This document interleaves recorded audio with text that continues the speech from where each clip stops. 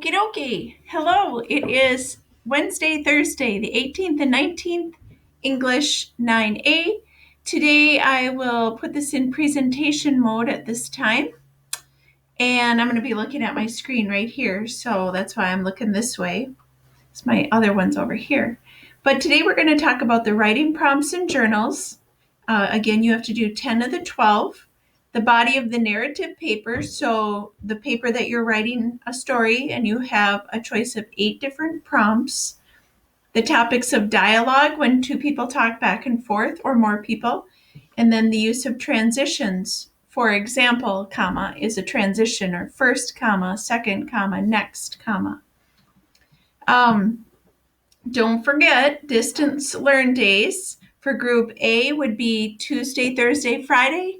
You look in the blue folder on Schoology. Group B, Monday, Wednesday, Friday. Again, blue folder, Schoology for distance learn days. Everything is due at what time? By 3 o'clock, okay, on your distance learn days. Everything's due at 3 o'clock.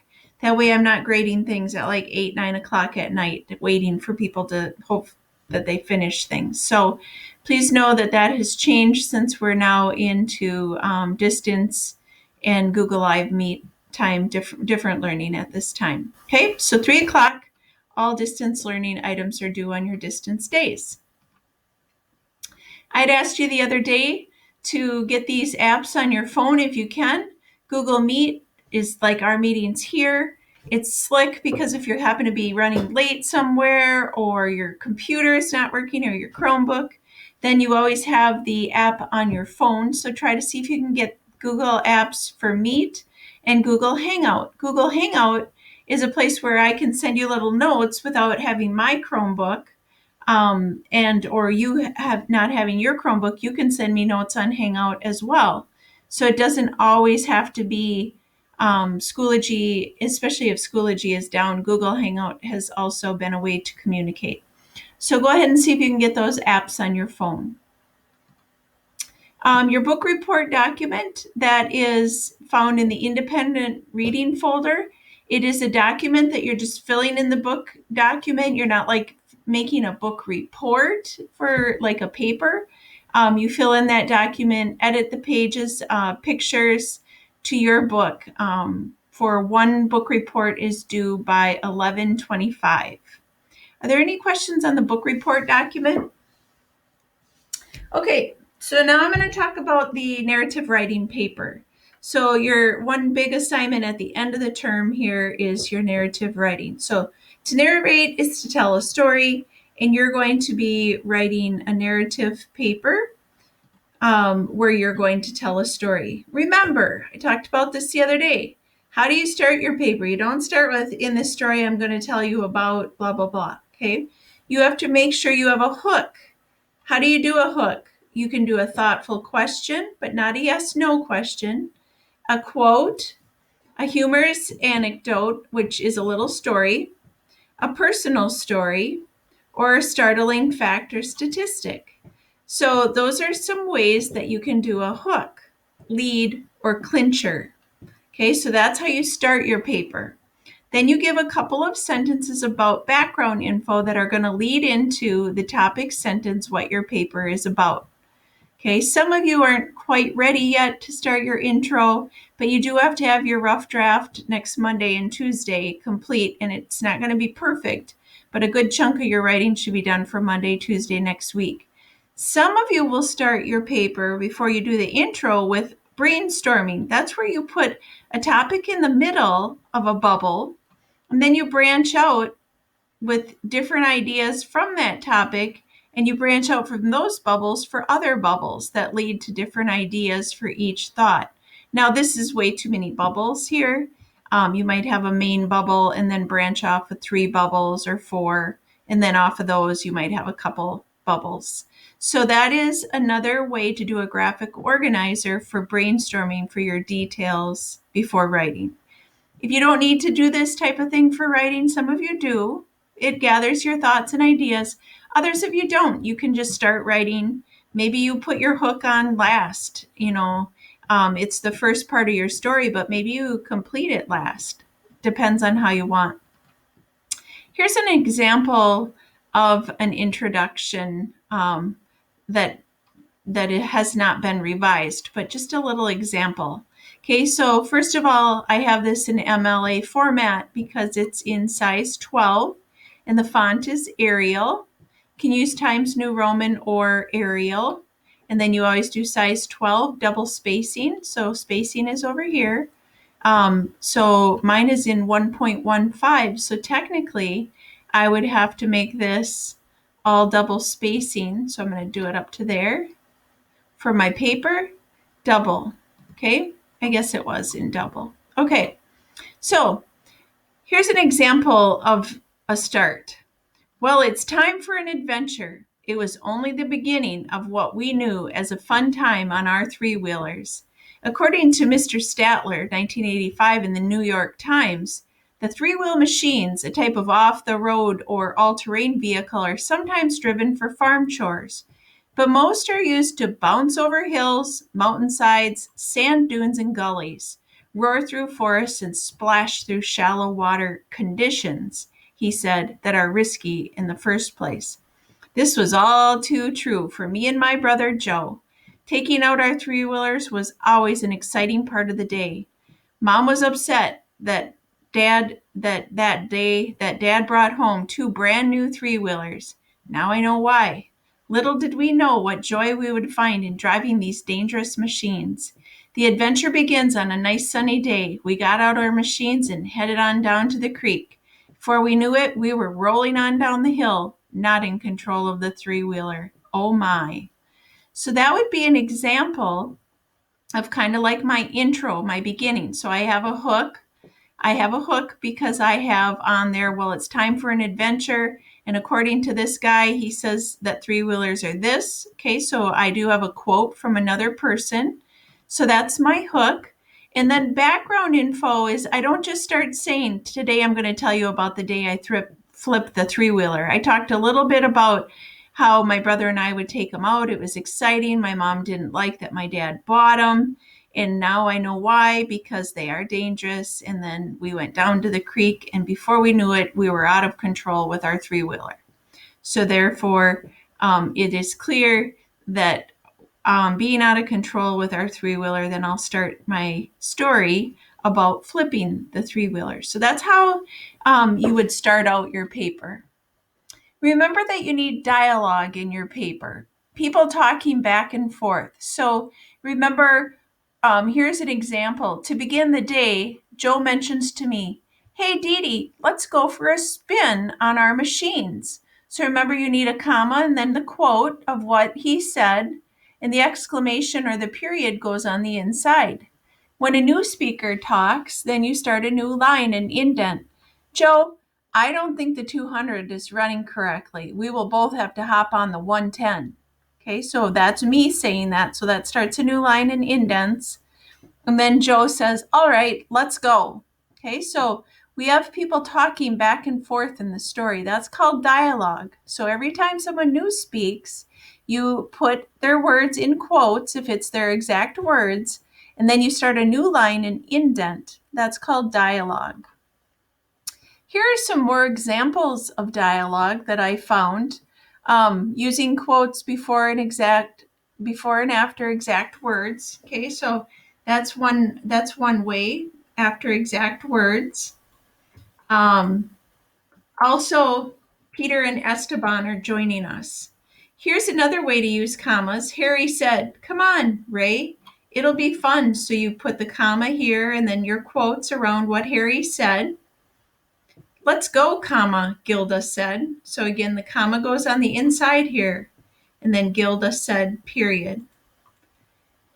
Or you can do a divided quote. You learned about these as well. I'm not sure, said Ray, that I feel like it. So again, a comma here, and then this stays a little t because it's completing this part from the beginning and a period on the inside.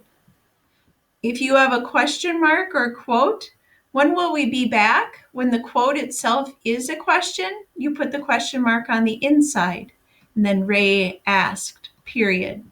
Hooray, said Debbie. Again, said is a small s, exclamation on the inside, and then a period after Debbie. And or you can do it this way. Did I hear you say okay? So the whole sentence is a question. Then the question mark goes on the outside of the question mark or outside of the quote, because the word okay isn't a question by itself. The whole thing is, I can't believe he said okay. Then the question mark or exclamation goes on the outside because the whole sentence is exclamatory. Okay, so that's just some examples of using quotes within your writing. So make sure you're using dialogue, people talking back and forth. And when a new speaker starts, you start a new line and indent. So as you're writing, you have to remember that you're working through your introduction and your body paragraphs. I'm going to play a little video about the 6 traits of narrative writing, thinking of transitions, word choice, organization, voice, and sentence fluency. So you were writing a narrative essay and have this amazing idea. Great. That is the first step in writing a narrative essay. Your idea should use details and dialogue to tell about a specific experience or event. Be certain to make the reader want to know what happens next. Your reader should understand your narrative from the beginning, or their inner stopwatch starts ticking and they write you off. Is there a magic way around this mental roadblock? You better believe there is. You are watching it right now. It is called knowing the 6 traits to writing to hook your reader in a super engaging way. So we introduce the first trait, ideas. With ideas, you want to keep in mind the 5 W's. Who, what, when, where, and why. Adding an H for how is also a good idea. So keeping in mind the 5 W's when you're if you make one of those clusters or diagrams, when you're thinking about your story, you got to think of who, what, where, when, why, as well as how. So who's there? Where did it happen? When did it happen? How? Why? Okay. The second trait is organization. Your narrative should be enjoyable and easy to read. So you want to make sure it flows together from beginning to end. Don't jump around. With a beginning, middle, and end. Check to see if you are using transitions effectively and have included sensory details. Sensory details are very important as well as transitions. Transitions link a sentence to the next sentence, or sometimes they can be in between the sentence. And then sensory details are real important. Don't just tell what you see. Kind of explain it. What do you hear? Taste, touch, and smell. It makes it much more enjoyable to read. The third trait is voice. Does your narrative sound natural? Make sure to include dialogue showing thoughts and feelings. The fourth trait is word choice. You'll want to use exceptional words that capture the experience. Those exceptional words, I call them spicy words because they're really descriptive and give it a lot of flair. Make certain you are using adjectives and adverbs well. Use specific nouns, vivid verbs, and well-chosen modifiers. Additionally, check for overused words. Revise and replace the ones you find. Sentence fluency is the fifth trait. Your sentences should flow smoothly and have a variety of sentence length. A lot of you need practice on sentence fluency instead of always writing the same kind of sentence, like subject, verb, or short sentences. You have to have variety in your sentences. Throughout the narrative. If you have too many short sentences, combine them to create a compound sentence or a series of words. The final and sixth trait is conventions. Is your narrative essay error-free from start to finish? It should be.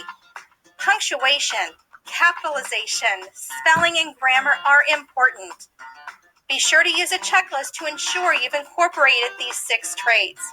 Okay, so those would be the 6 traits of writing that you're going to be considering when you're writing your paper. So you were writing Just let me pause that. All right, so I'm going to go on to the next screen here. So today you're working on your body paragraphs. Some of you need to also work through your introduction. Make sure you have a strong topic sentence if you're starting a new body paragraph, but your main thesis is in the beginning paragraph, give the 5 W's an H. Make sure you're using transitions, words like for example, comma, first, comma, next, comma. As you can see, in conclusion, the word and is even a transition. And then make sure you wrap up each paragraph as you're moving into the next area as you start to work through your paper. So during writing time today, again, you're typing your essay on a blank Google Doc. You are working on a rough draft for Monday and Tuesday. The other thing you're working on is the 1 to 2 journals daily, which the rough draft of your narrative, the information about it is found in the writing folder on Schoology. So it's right in here, class 4, 5, or 6. It's in the writing unit. Okay, so remember the writing unit has the writing prompts. You need to do 10 of the 12, 5 to 8 sentences, complete sentences, use details. And then the narrative essay prompts are here in directions for writing your paper. Okay, so that's what you're working through today. Again, don't forget that benchmark 1 through 4 exam was earlier in the week for your distance learn day. Grammar 101 Mod 5 post-test was 11:18 for Group B and 11:19 for Group A on distance learn day. And you should be working on your tracking progress for Mod 12, 11, and 5. That's in the grammar folder. That's really easy. You just have to put down your scores from Grammar 101 in that grammar document. That's actually due Friday. So working through that and your rough draft of your narrative as well as your writing prompts. So at this time, I'm going to stop the video. You'll have writing time and I will be on until the end of your class period on Google Meet, as well as 1:25 to 2 o'clock. If you have any questions about your writing, please join me there. So let me stop this video before I say goodbye.